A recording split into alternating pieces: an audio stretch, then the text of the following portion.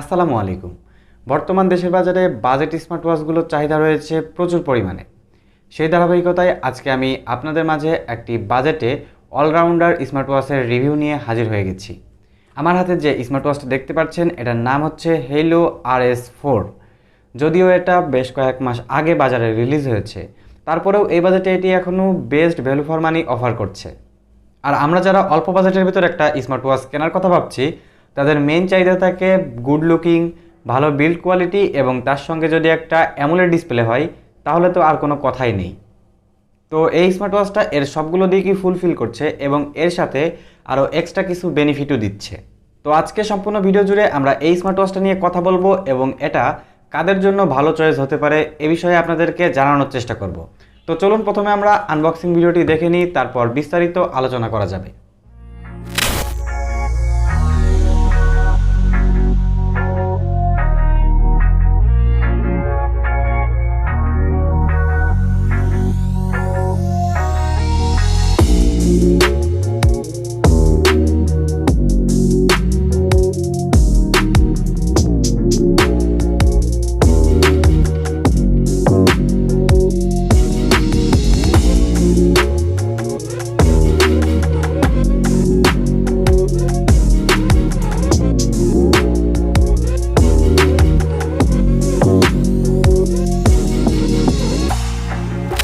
Design এবং build কোয়ালিটির কথা বলতে গেলে এটা মিডিয়াম সাইজের একটা ওয়াচ এবং ওয়াচটার ডিসপ্লেতে কার্ভ গ্লাস ব্যবহার করা হয়েছে। আমি প্রায় 2 মাসের বেশি সময় ধরে এটা ব্যবহার করছি। এই 2 মাসের ব্যবহারে এটাতে কোনো স্ক্র্যাচ বা দাগের দেখা আমি পাইনি, যেটা খুবই ভালো একটি বিষয়। আর ওয়াচটার ফ্রেম হিসেবে মেটাল ফ্রেম ব্যবহার করা হয়েছে, তবে নিচের দিকে প্রিমিয়াম কোয়ালিটির প্লাস্টিক এবং সেন্সরগুলো গ্লাস দ্বারা ঢেকে দেওয়া হয়েছে। আর ওয়াচটিতে বাটনের কথা বলতে গেলে ওয়াচটাতে শুধুমাত্র একটা বাটন ব্যবহার করা হয়েছে, যেটা গোল শেপের। এটা পাওয়ার বাটন এবং ব্যাক বাটন হিসেবে কাজ করে। আর এটাতে স্ট্র্যাপ হিসেবে ব্যবহার করা হয়েছে 20 মিলিমিটারের একটা স্ট্র্যাপ, যার কোয়ালিটিও খুবই প্রিমিয়াম।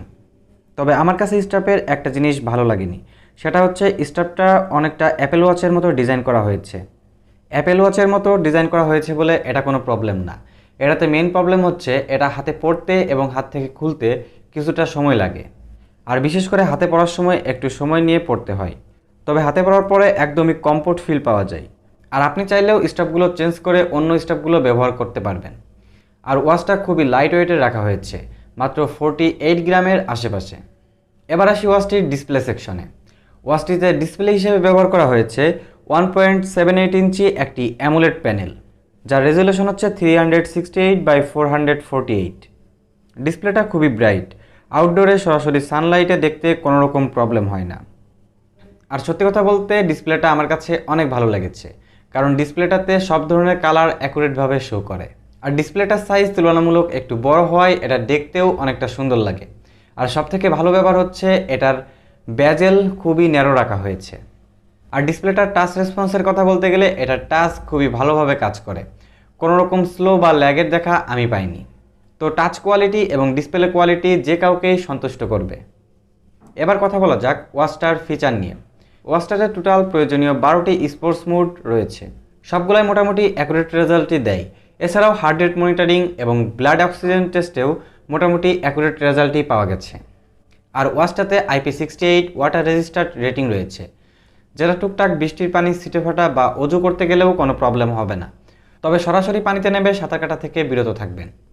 এছাড়া ওয়াচটাতে মিউজিক কন্ট্রোল, কল আসলে কল কেটে দেওয়ার অপশান পাবেন, তবে কল রিসিভ করে কথা বলার কোনো অপশান থাকছে না, কারণ এটিতে থাকছে না কোনো মাইক্রোফোন বা স্পিকার। আর SMS বা বিভিন্ন অ্যাপ্লিকেশনের নোটিফিকেশন অন রাখলে ইনস্ট্যান্টই নোটিফিকেশন পাওয়া যায়। আর ভালো ব্যাপার হচ্ছে এই ওয়াচটা বাংলা সাপোর্ট করে, সো আপনার ফোনে যদি বাংলা নোটিফিকেশন আসে তাহলে আপনি এই ওয়াচটার মাধ্যমে দেখতে পারবেন। আর ওয়াচটাকে মোবাইলের সঙ্গে কানেক্ট করার জন্য হেইলো ফান নামের অ্যাপ্লিকেশনটাকে ডাউনলোড করে নিতে হবে। অ্যাপসটা কিন্তু খুবই ভালো অপটিমাইজ করা। আর এই অ্যাপসের মাধ্যমেই ওয়াচটার সকল ধরনের অ্যাক্টিভিটিস কন্ট্রোল করা যাবে এবং এই অ্যাপসের মাধ্যমে অসংখ্য ওয়াচ ফেস পেয়ে যাবেন আপনারা। ওয়াচটা নিয়ে কি আপনাদের আর কিছু জানানো বাকি আছে কি না? ও হ্যাঁ, ওয়াচটিতে ব্লুটুথ হিসেবে ব্যবহার করা হয়েছে ব্লুটুথ 5.1। ব্লুটুথ 5.1 থাকার কারণে এটার কানেক্টিভিটি খুবই সুন্দর। কানেক্টিভিটির কথা বলতে গেলে ওয়াচটা মোবাইলের সঙ্গে কানেক্ট থাকা অবস্থায় 10 মিটারের মধ্যে থাকলে আপনি ভালোভাবে কানেকশন পাবেন। তবে 10 মিটারের বাইরে গেলে ওয়াচ থেকে আপনার স্মার্টফোনটি ডিসকানেক্ট হয়ে যাবে। এবার আসি ওয়াচটার ব্যাটারি সেকশনে। ওয়াচটিতে ব্যাটারি হিসেবে ব্যবহার করা হয়েছে 230 mAh এর একটি ব্যাটারি, যেটা কোম্পানি দাবি করছে এই ব্যাটারিতেই heart rate monitoring sensor on রেখে টোটাল 12 দিন ব্যাটারি ব্যাকআপ পাওয়া যাবে। তবে আমি আমার ইউজেসে 7 দিন থেকে 8 দিন মতো ব্যাটারি ব্যাকআপ পেয়েছি। আর যদি নর্মালভাবে ব্যবহার করি তাহলে 12 থেকে 13 দিন ব্যাটারি ব্যাকআপ পাওয়া যায়। আর ওয়াচটা চার্জ করার জন্য বক্সের সাথে একটি ম্যাগনেটিক কেবল দেওয়া হয়েছে, যেটার মাধ্যমে চার্জ করতে 50 থেকে 55 মিনিট মতো সময় লাগে। এবার ওয়াচের কিছু ভালো খারাপ দিক নিয়ে কথা বলা যাক। ওয়াচটার ভালো লাগার ভেতরে ভালো বিল্ড কোয়ালিটি, অ্যামোলেড ডিসপ্লে, ভালো টাচ রেসপন্স এবং গুড লুকিং, এই বিষয়গুলো আমার কাছে ভালো লেগেছে। আর খারাপ দিকের কথা বলতে গেলে এটার স্ট্র্যাপটা হাতে পড়তে এবং খুলতে কিছুটা ঝামেলার মনে হয়, আর এর ব্যাটারি ব্যাকআপটা আরেকটু বেশি হলে আমার কাছে ভালো মনে হতো। এবার কথা হচ্ছে এই ওয়াচটা কারা কিনবেন। যাদের বাজেট 3400 থেকে 3600 টাকার ভেতর, তারা চাইলে অবভিয়াসলি এই ওয়াচটা দেখতে পারেন, কারণ এই বাজেটে এটার অ্যামোলেড ডিসপ্লে সত্যি অনেক সুন্দর। তো যারা ভালো বিল্ড কোয়ালিটির পাশাপাশি একটা স্টাইলিস্ট ওয়াচ কেনার কথা ভাবছেন, তাদের জন্য এই ওয়াচটা হাইলি রিকমেন্ড থাকলো। আপনারা চাইলে এই ওয়াচটা দেখতে পারেন। আসসালামু আলাইকুম।